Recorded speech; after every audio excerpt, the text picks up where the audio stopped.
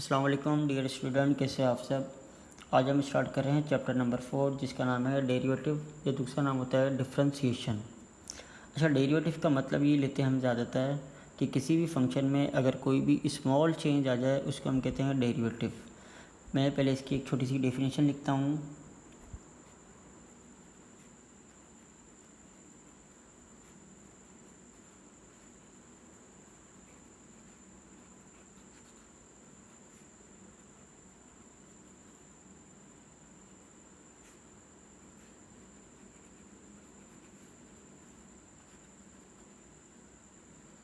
ये मैंने एक डेफिनेशन लिख दी।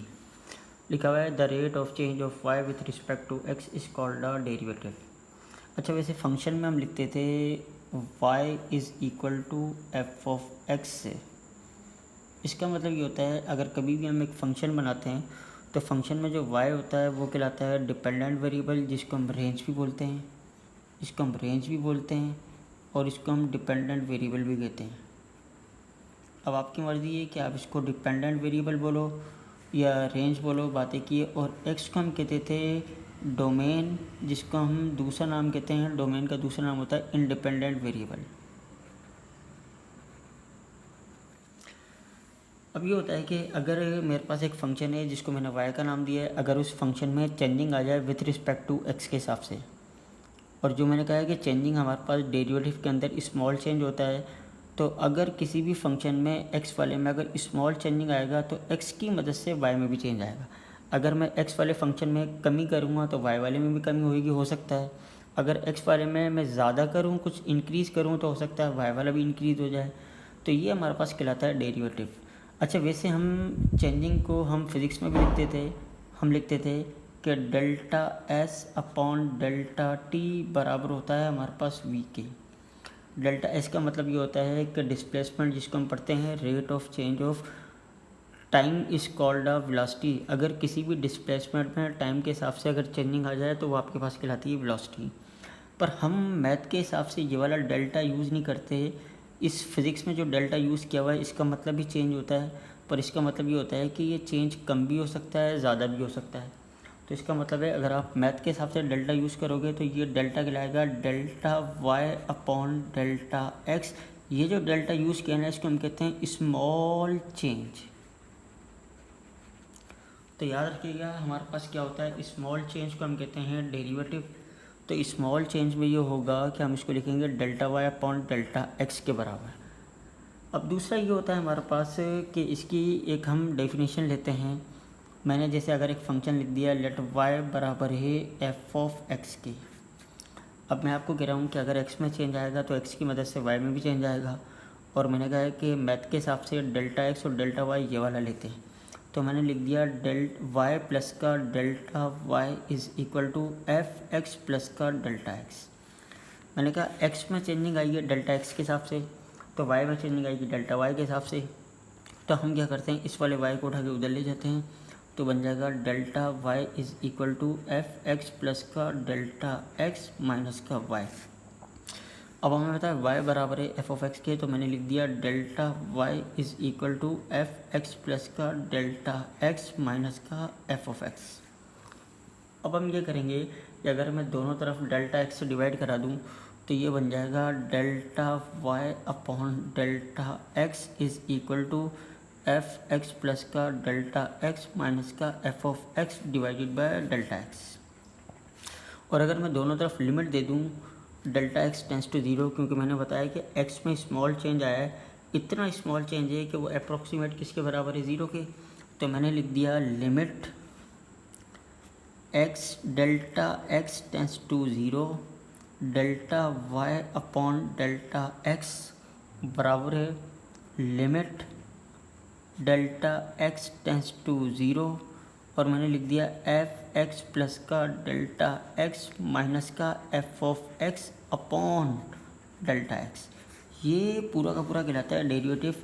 और ये जो हमने डेरिवेटिव लिया है, ये डेरिवेटिव, इस डेरिवेटिव को हम कहते हैं फर्स्ट प्रिंसिपल डेरिवेटिव, या हम इसको कहते हैं ए बी इनिशियो मेथड, या इसका तीसरा नाम होता है बाय डेफिनेशन। सबसे पहले स्टार्टिंग में जो डेरिवेटिव आया था वो हमारे पास इस रूल की मदद से आया था। अगर हमें किसी भी फंक्शन का डेरिवेटिव लेना है तो उसका डेरिवेटिव इसकी मदद से लेंगे तो जाके आंसर आएगा, और ये सबसे मुश्किल तरीन तरीका होता है हमारे पास।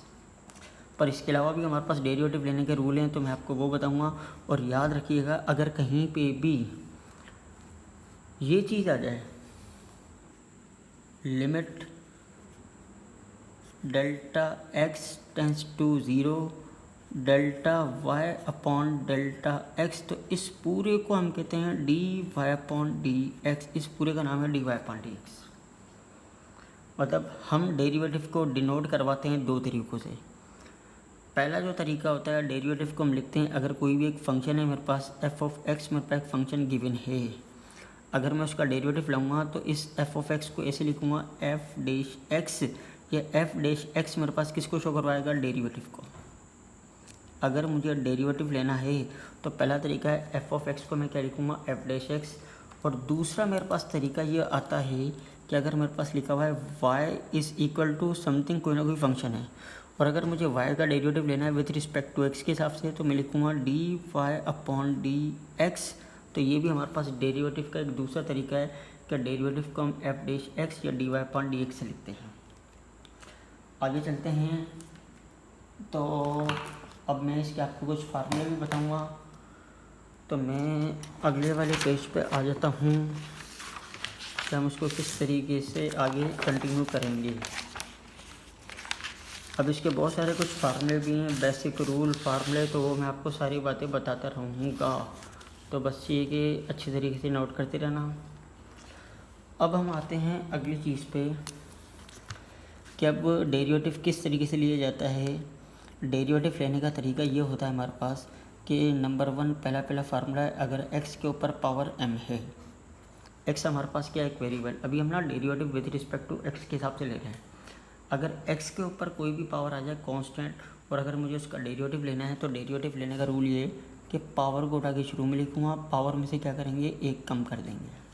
जब पहला रूल है, किसी भी वेरिएबल का डेरिवेटिव लेना है तो उसका रूल ये है कि पावर को उठा के शुरू में लिखेंगे, पावर में से एक कम करेंगे, ये इसका डेरिवेटिव आ जाएगा। अच्छा, अगर कोई बच्चा इसका प्रूफ लेना चाहता है तो हमने पीछे फार्मूला पढ़ा था, limit delta X tends to zero delta Y upon delta X, उसकी मदद से इनके आंसर निकल जाएंगे। तो वो तो हमारे लिए बहुत मुश्किल तरीन तरीका है। तो हम जितना भी डेरिवेटिव यूज़ करेंगे, जो मैं भी बता रहा हूँ, उस तरीके से यूज़ करेंगे। अच्छा, नंबर 2 दूसरा फार्मूला हम ये बोलते हैं कि x का डेरिवेटिव आता है हमारे पास 1। अगर x का मतलब है x के ऊपर पावर 1 है, कुछ नहीं है, पावर तो 1 होती है, तो हम कहते हैं x का डेरिवेटिव क्या आएगा, 1 आएगा। अब अगर आपसे कोई पूछ ले कि x का डेरिवेटिव 1 क्यों आ रहा है, तो हम ये बोलेंगे कि x के ऊपर अगर कोई पावर नहीं है, तो हमें पता है कि x के ऊपर पावर 1 है, तो क्या करेंगे, हम पावर को उठा के शुरू में लिखेंगे, पावर में से एक कम करेंगे, तो x के ऊपर पावर 0, किसी भी नंबर के ऊपर पावर 0 आ जाती है, तो आंसर आता है 1 के बराबर। अब दूसरा ये होता है कि अगर कोई आपको बोल दे कि बताएं कांस्टेंट का डेरिवेटिव क्या आता है, तो हम कहते हैं कि कांस्टेंट का डेरिवेटिव हमेशा आता है 0 के बराबर। तो इसका भी हमारे पास प्रूफ है, कांस्टेंट का डेरिवेटिव 0 क्यों आता है उसका मैं बताता हूँ। अगर मैं आपको लिख दूँ 5 का डेरिवेटिव लेना है, तो 5 के अंदर कोई वेरिएबल तो है ही नहीं, तो हम क्या करते हैं, कोई वेरिएबल नहीं है, तो मैंने इसके साथ लिख दिया 5 इंटू एक्स पावर 0, क्योंकि हमें पता है एक्स पावर 0 का आंसर क्या आएगा, 1 के बराबर। तो x पावर 0 1 को 5 से मल्टीप्लाई करूँगा 5। अगर कभी भी कांस्टेंट और वेरिएबल एक साथ आ जाए तो हम हमेशा डेरिवेटिव वेरिएबल का लेते हैं। कांस्टेंट हमारे पास बाहर ही रहेगा। अब x पावर 0 का डेरिवेटिव आएगा, पावर शुरू में, पावर में से एक कम करूँगा तो -1 आ जाएगा। और अगर 0 को किसी भी नंबर से मल्टीप्लाई कराएंगे तो टोटल आंसर हमारे पास क्या आ जाएगा, 0 के बराबर। फिर उसके बाद हम ये कहते हैं नंबर 4 एक्सपोनेंशियल फंक्शन, जिसको हम लिखते हैं e पावर x या a पावर x। e हमारे पास एक कांस्टेंट नंबर है, और अगर कोई बच्चा e पावर x का डेरिवेटिव लेगा तो e पावर x का डेरिवेटिव सेम आता है, इनटू फिर e के ऊपर जो भी पावर होती है उसका डेरिवेटिव भी मल्टीप्लाई करते हैं। तो जैसे मैंने लिखा हुआ है e पावर x, तो हमें पता है e पावर x का डेरिवेटिव आ गया e पावर x। फिर चेक करो, जो भी फंक्शन है एक्सपोनेंशियल, पहले उसका डेरिवेटिव लेंगे तो सेम आएगा हमारे पास। उसके बाद e के ऊपर या कोई भी एक्सपोनेंशियल फंक्शन के ऊपर अगर कोई भी पावर है, उस पावर का डेरिवेटिव लेके मल्टीप्लाई करेंगे तो आंसर आएगा। अच्छा, और अगर ये नंबर 5 पे अगर मैं लिख दूँ a पावर x, तो a पावर x का डेरिवेटिव आता है a पावर x को हम सेम लिखेंगे, और इसके साथ हम लिखेंगे ln, और यहाँ पे a आ रहा है तो a लिखूँगा, अगर यहाँ b होता तो b लिखता, यहाँ अगर c होता तो c लिखता। तो ये एक्सपोनेंशियल फंक्शन के डेरिवेटिव हैं। अगर e आ जाएगा तो उसका answer e power x into power का डेरिवेटिव, और अगर यहाँ पे a पावर x आएगा तो a पावर x सेम लिखेंगे। इसके अलावा ln a भी आएगा, और पावर क्या है x का डेरिवेटिव हमें मालूम है कि x का डेरिवेटिव बनाएगा तो 1 से मल्टीप्लाई करेंगे तो कोई चेंजिंग नहीं है। अच्छा, जब मैंने ये जो आपको अभी बेसिक फार्मूला बताया था x पावर m का डेरिवेटिव भी आता है, तो इसका मतलब है जब भी अगर हम इस टाइप का कोई भी फंक्शन का डेरिवेटिव लेंगे तो पावर को उठा के शुरू में लिखेंगे, पावर में से एक कम, तो इसको मैं लिख दूं। अगर मैं किसी बच्चों से पूछूं कि बताएं कि इसका आंसर क्या आएगा, x पावर 10 का आंसर क्या आएगा, तो हम सिंपली बोलेंगे कि इसका डेरिवेटिव आएगा 10 इंटू एक्स पावर 9। हमने क्या किया, पावर को उठा के शुरू में लिखा, पावर में से एक कम कर दिया। अगर मैं यहाँ पे आपको बोल देता 3x पावर 4 का डेरिवेटिव क्या आएगा, अगर कभी भी कांस्टेंट और वेरिएबल एक साथ आ जाएं तो जब भी हम इसका डेरिवेटिव लेंगे तो कांस्टेंट हमेशा बाहर ही रहेगा, कांस्टेंट का डेरिवेटिव नहीं लेते। अगर ये दोनों आपस में एक साथ हैं मल्टीप्लाई आएगी, क्योंकि ये एक ही टर्म कहलाएगी, अलग अलग टर्म नहीं है। अगर अलग अलग होती, इनके बीच में प्लस या माइनस होता तो हम 3 का डेरिवेटिव अलग लेते, वेरिएबल का अलग लेते। अभी ये एक ही टर्म है तो 3 हमारे पास बाहर ही रहेगा। हम क्या करेंगे, पावर को उठा के शुरू में लिखेंगे, पावर में से कम कर देंगे, इन दोनों को मल्टीप्लाई करेंगे तो आंसर आ जाएगा 12x³ आ जाएगा इस पूरे का आंसर। अच्छा, इसका शॉर्टकट तरीका ये, शॉर्टकट का मतलब आसान तरीका ये कि अगर कोई भी कांस्टेंट वेरिएबल साथ आ जाए तो जब भी हम उसका डेरिवेटिव लेंगे तो पावर को स्टार्टिंग वाले नंबर से मल्टीप्लाई करके एक पावर कम कर देंगे। अब अगर मैं पूछूं बताएं कि 2x पावर -5 का डेरिवेटिव क्या आएगा, अभी पावर है -5, तो हम क्या करेंगे, पावर को उठा के शुरू में लिखेंगे, इस 2 से मल्टीप्लाई करेंगे, पावर में से एक कम करेंगे तो बन जाएगा -10 इंटू एक्स पावर -6, क्योंकि ऊपर पावर लगी हुई है -5, तो -5 में से एक कम करेंगे तो पावर बन जाएगी -6, ये आ जाएगा इसका आंसर। अच्छा, ये जितने भी हमने डेरिवेटिव लिए हैं तो इस डेरिवेटिव का रूल ये है हमारे पास कि वेरिएबल हमेशा कहाँ पे होना चाहिए, ऊपर होना चाहिए, वेरिएबल कभी भी नीचे नहीं होना चाहिए। अगर वेरिएबल नीचे होगा तो इसका मतलब ये है कि फिर हम उस वेरिएबल को पहले ऊपर लेके जाएंगे, फिर जाके हम इसका डेरिवेटिव लेंगे। जैसे फॉर एग्जांपल मैं आपको 1-2 क्वेश्चन करवा देता हूँ। अगर मैं आपको बोल दूँ बताएं कि 3/x पावर 4 का डेरिवेटिव क्या आएगा, तो कोई बच्चा इसको इस तरीके से सॉल्व में करे कि 3 का डेरिवेटिव 0 और x पावर 4 का 4x³, तो टोटल का आंसर आ गया 0, तो ये बिल्कुल गलत है क्योंकि ये एक ही टर्म है। तो हम क्या करेंगे, पहला तरीका ये बता रहा हूँ कि आप क्या करोगे, वेरिएबल को उठा के ऊपर ले जाओ तो बन जाएगा 3 इंटू एक्स पावर -4। अब हमें पता है कि कांस्टेंट और वेरिएबल अगर एक साथ आ जाए तो हम क्या करते हैं, कांस्टेंट को बाहर रखते हैं, डेरिवेटिव लेते हैं वेरिएबल का, तो आंसर आ जाएगा -4 को 3 से मल्टीप्लाई करेंगे, -12 इंटू एक्स पावर -5 दिया जाएगा इस पूरे का आंसर। अब मैं आपको एक और छोटा सा सवाल देता हूँ कि हम उस सवाल को किस तरीके से सॉल्व करेंगे। अगर मैं आपको बोल दूँ कि y बराबर है 5x पावर 4 माइनस का 3x पावर 7 प्लस का 8x³ प्लस का 2x प्लस का 5, इस पूरे का डेरिवेटिव लें। देखो इनके बीच में प्लस माइनस आ जाती है तो प्लस माइनस टर्म को अलग कर देती है।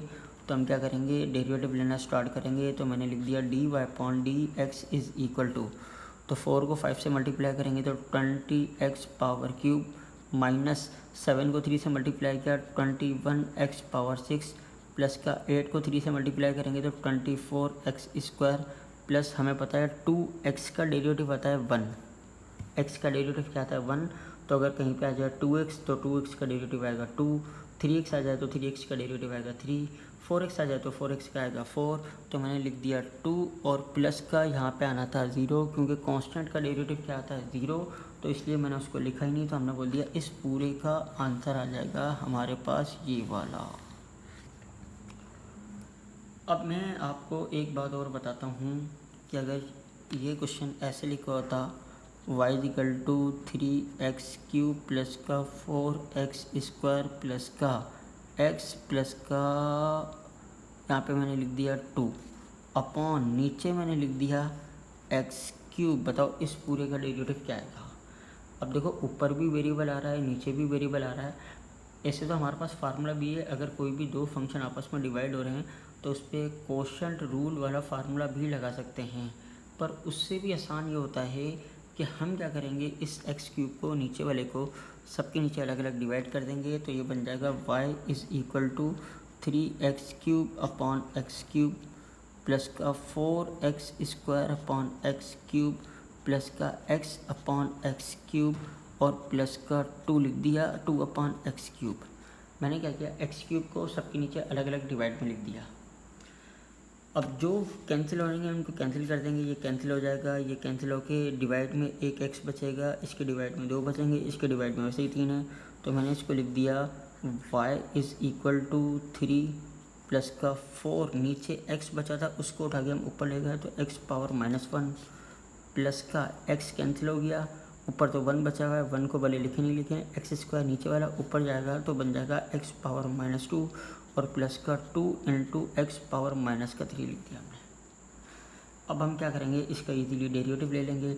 डेरिवेटिव लेने का रूल यही है, dy upon D X is equal to constant का डेरिवेटिव 0, पावर को शुरू वाले नंबर से मल्टीप्लाई करेंगे तो माइनस का 4x - 2 और पावर को शुरू में ले जाएंगे तो माइनस का 2x पावर -3 और -3 को 2 से मल्टीप्लाई करेंगे तो माइनस का 6x पावर -4 आ जाएगा इस पूरे का आंसर।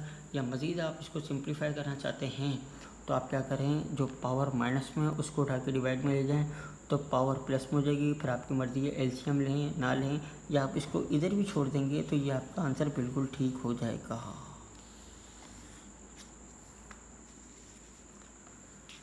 अब मैं आपसे 1-2 सवाल और पूछता हूँ। इसका मतलब है आपको ये तो पता चल गया कि अगर इस टाइप का कोई भी फंक्शन है, अगर हम उसका डेरिवेटिव लेंगे तो उसका डेरिवेटिव लेने का रूल क्या है वो आपको पता चल गया।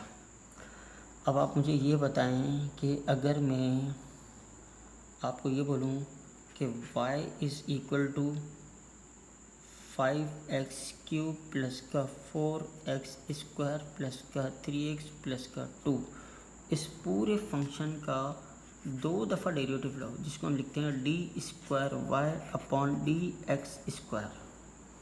अच्छा देखो, इसको लिखने का एक बड़ा इंपॉर्टेंट तरीका ये होता है कि जब भी हम 2 दफ़ा डेरिवेटिव लें, 3 दफ़ा लें, 4 दफ़ा लें, 5 दफ़ा लें, तो यहाँ पे मैं लिखूँगा स्क्वायर का मतलब है 2 दफ़ा, क्यूब का मतलब है 3 दफ़ा और पावर 4 का मतलब है 4 दफ़ा।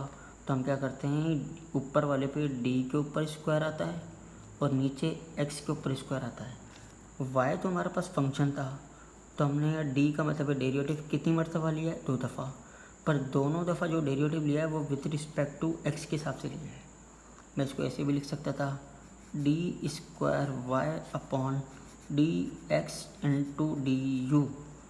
इसका मतलब है हमने अभी भी 2 दफ़ा डेरिवेटिव लिया है। जो पहली दफ़ा डेरिवेटिव लिया है वो विथ रिस्पेक्ट टू x के हिसाब से लिया है, दूसरी दफ़ा जो डेरिवेटिव लिया है उसी फंक्शन का विथ रिस्पेक्ट टू u के हिसाब से लिया है।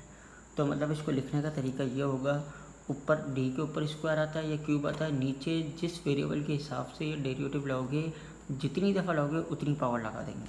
तो मैं इसको तो कैंसिल कर देता हूँ।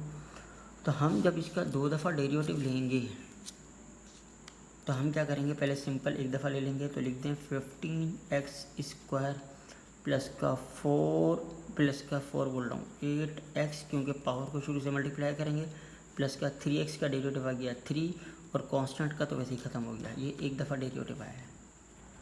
अब अगर मैं सेकंड टाइम डेरिवेटिव लूँगा तो लिखूँगा d² upon dx² is equal to 15x² का डेरिवेटिव आएगा 30x प्लस का 8x का आएगा 8, तो ये आ गया इसका 2 दफ़ा डेरिवेटिव।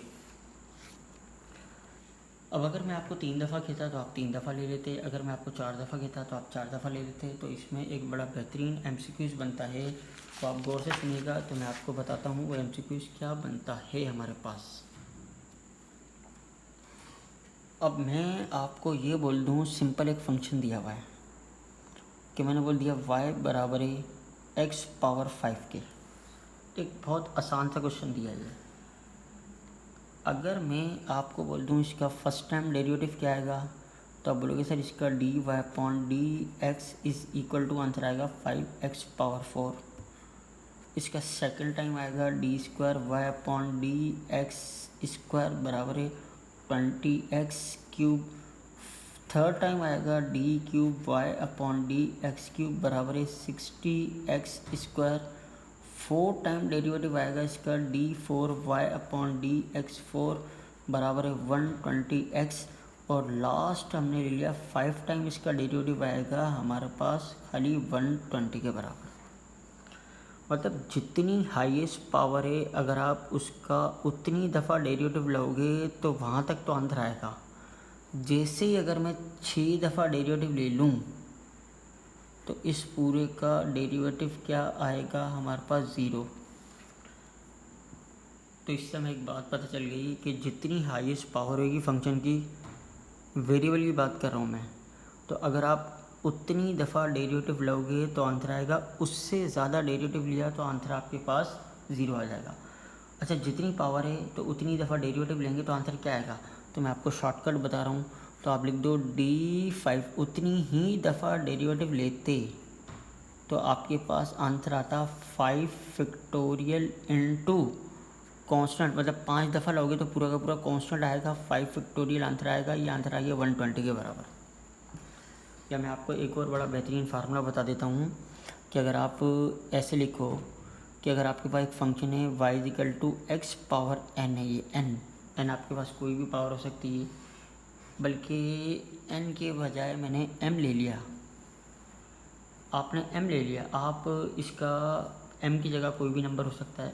अब आप इसका 5 दफ़ा भी डेरिवेटिव ले सकते हो, 6 दफ़ा, 7 दफ़ा, 8 दफ़ा।